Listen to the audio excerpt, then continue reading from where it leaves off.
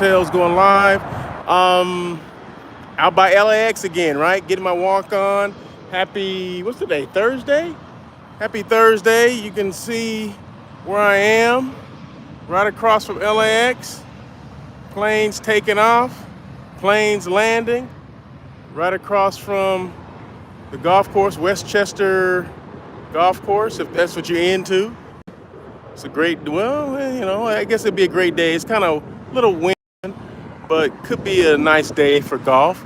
The clouds are burning off, as you can see.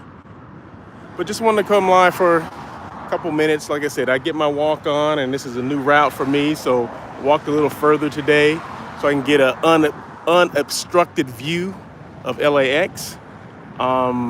Maybe I'll do, and that way you can see the back. You can see the back of LAX, right? So, but I was thinking, you can see, now you can see the backdrop of LAX, right? It's good to have one of these retractable selfie sticks, I guess is what it's called. You see an airline coming in right now. I think that's Alaska or something like that. You see it right there in the background? It's coming in for a landing. But anyway, like I said, I just wanted to go live for a couple minutes, get my walk on. And I was thinking, I saw this, I had a conversation with a friend the other day.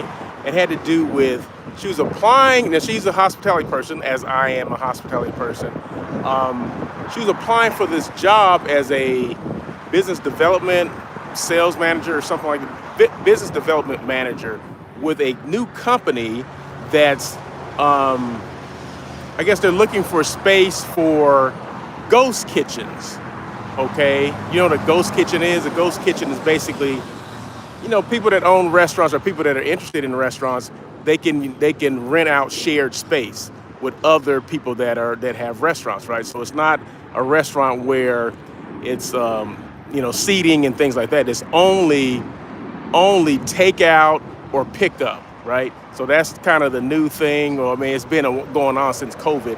I always said that when COVID hit and people started doing things differently, some things would never go back, right? And that's one of those things that will never go back, meaning some of the way we did food and beverage operations. So what sprouted up during this whole COVID thing is that these ghost kitchens started sprouting up. So, you got DoorDash, you got all these, delivery apps now where you can get food, on demand. A ghost kitchen basically can have,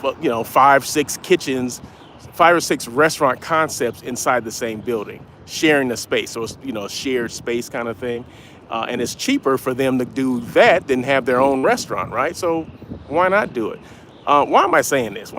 So you can have a burger place, a place that serves just chicken, Indian food, Ethiopian food, Italian food, steak and lobster, if that's what you wanted.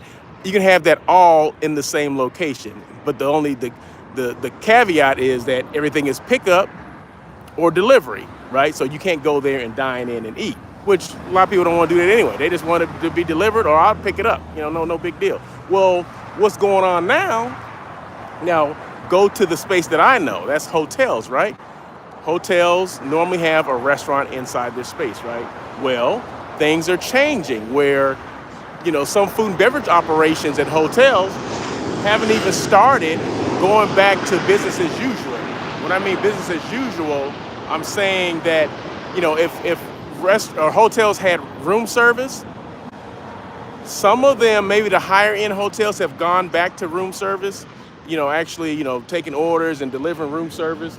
But a lot of them have not. A lot of the, say, select service, like your Courtyards, your Hampton Inns, your Residence Inns, hotels like that, they never had, they may have had restaurants, but they're only open, limited hours. Maybe they're open for dinner only. Maybe they're open for breakfast only or whatever. Well, this kind of solves that problem for those hotels, right?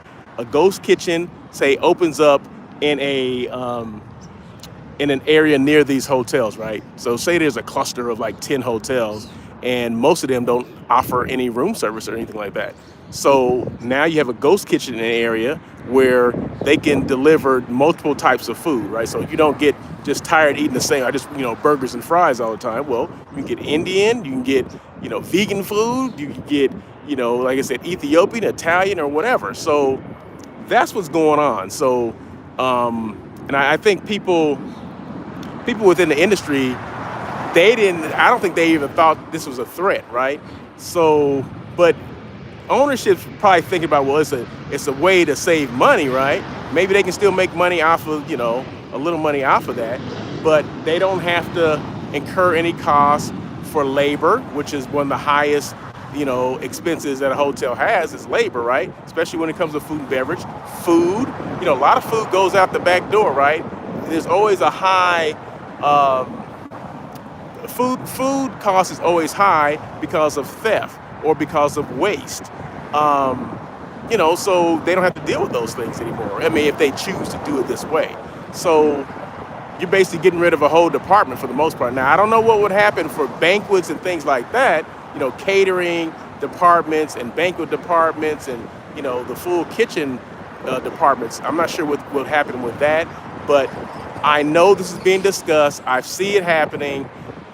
It's one of those things that, people say, oh, it's going to go back to normal. No, things are never going to go back to normal. Especially if you look in the hotel industry, things are happening differently. People are not returning to work. And that's, so they have to, do more with less. And when you start doing all that, where's the hospitality? You know what I mean? Because hospitality is that feeling that you get. Now, I'm not saying across the board every hotel is going to do this. That's not what I'm saying. But there's going to be enough hotels that are going to do it that, it's going to move the needle, so to speak. So it's just something to think about, something to well, I don't know if you want to look forward to seeing it. Some people are going to look forward to seing it because it's going to give you more variety. But you already have, the Door Dashes and all these other, Uber Eats. You already have those apps anyway, and you don't know if the food is coming. Well, you do know if it's a restaurant, right?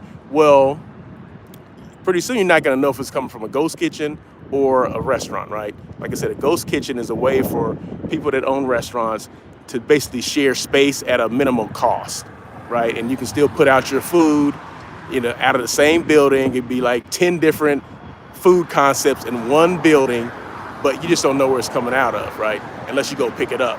So I just thought I'd share that with you.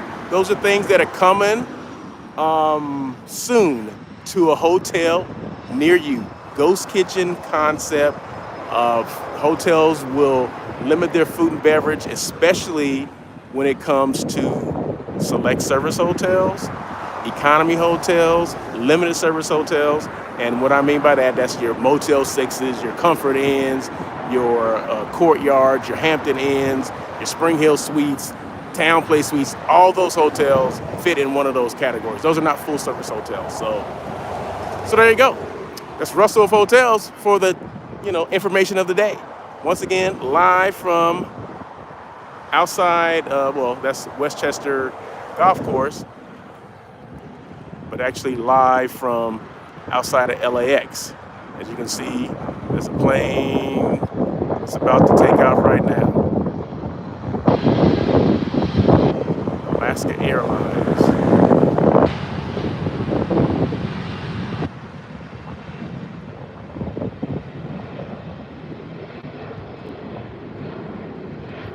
So there you go. Russell Hotels, signing out. Have a great day, great Thursday. Peace.